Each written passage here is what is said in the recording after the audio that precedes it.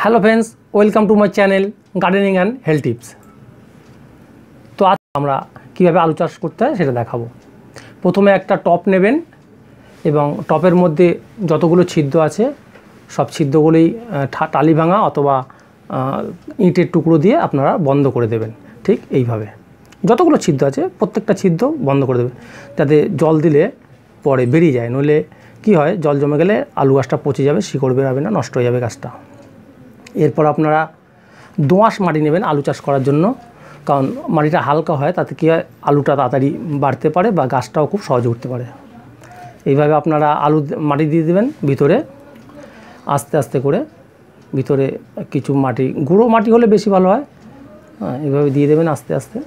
আমি আস্তে আস্তে গুঁড়ো করে দিচ্ছি ভিতরে, আর এবং যেগুলো ঢিলগুলো আছে বড় বড় চাংগুলো সেগুলো বার করে দিচ্ছি। ঠিক এইভাবে আস্তে আস্তে আমি বার করে দিচ্ছি, আপনারা দেখতে থাকুন। এইভাবে একটু হাত দিয়ে সমান করে নেবেন, নিয়ে একটু হালকা করে আপনি চেপেও দিতে পারেন, অসুবিধা নাই। সমান করে দিয়ে তারপর আপনারা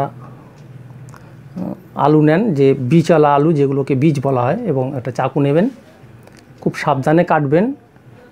যে আলুর যে গাছগুলো বেরিয়েছে নতুন একদম আলু থেকে, একে একটা ভাষায় কলাও বলা হয়, অনেকে চাষিরা বলে থাকেন কলা। নিয়ে আস্তে আস্তে কাটবেন। কাটার সময় খেয়াল রাখবেন যাতে ওই নতুন গাছগুলো যেগুলো আলু থেকে বেরিয়েছে যাতে ভেঙে না যায়, এটা আপনারা খেয়াল রাখবেন। আস্তে আস্তে কাটতে হবে এইভাবে, ঠিক আস্তে আস্তে কাটতে হবে এইভাবে। তো আমি 4টে আলু বসাবো আজকে, মানে 2টো আলুকে কেটে বা একটা আলুকে কেটে 4 টুকরো করে আমি সেটাই বসাবো, 4 পিস। আস্তে আস্তে সাবধানে কেটে নেবেন, ঠিক এইভাবে আস্তে আস্তে। সাবধান যেন মনে থাকে, যেন গাছটা না ভেঙে যায়, এটা সবসময় মাথায় রাখতে হবে।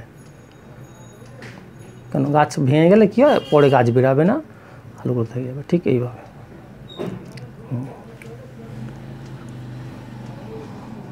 দেখতে পাচ্ছেন গাছ আছে। ঠিক আস্তে আস্তে এইভাবে মাটিতে গাছটা উপর দিকে রেখে আর কাটা দিকটা আলুর নিচের দিকে আপনি বসিয়ে দিন আস্তে আস্তে।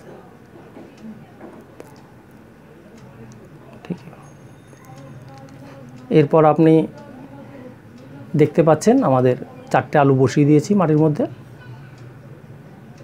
এবার আপনি কিছু গুঁড়ো মাটি, আলুটাকে ঢাকা দেওয়ার মতো মাটি নিন, হালকা করে অল্প মাটি দিয়ে আলুর উপরটাকে ঢাকা দিয়ে দিন।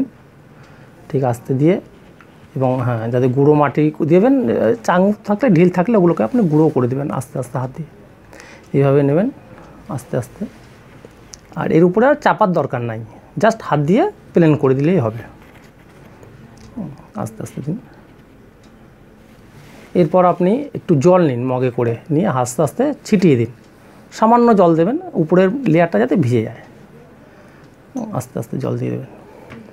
তো বন্ধুরা দেখতে পাচ্ছেন আমার আলু বসানো কমপ্লিট হয়ে গেছে টপের মধ্যে। এখন আমাদের দেখার পালা কতদিনে গাছটা বেরায়। দেখতে পাচ্ছেন 11 দিন প্রায় সময় লেগেছে 4টে গাছ বেরাতে টপের মধ্যে। দেখতেই পাচ্ছেন 4টে আলু বসেছিলাম, 4টেই গাছ বেরিয়ে গেছে।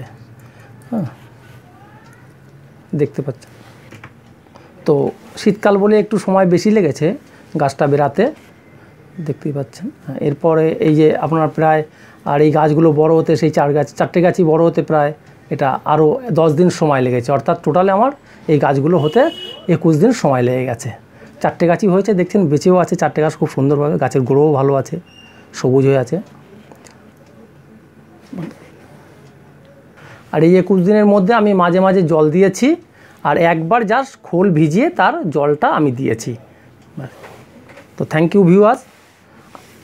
আমার যদি এই ভিডিওটি আপনাদের ভালো লেগে থাকে লাইক করুন, শেয়ার করুন, আর অবশ্যই সাবস্ক্রাইব করতে ভুলবেন না। ধন্যবাদ।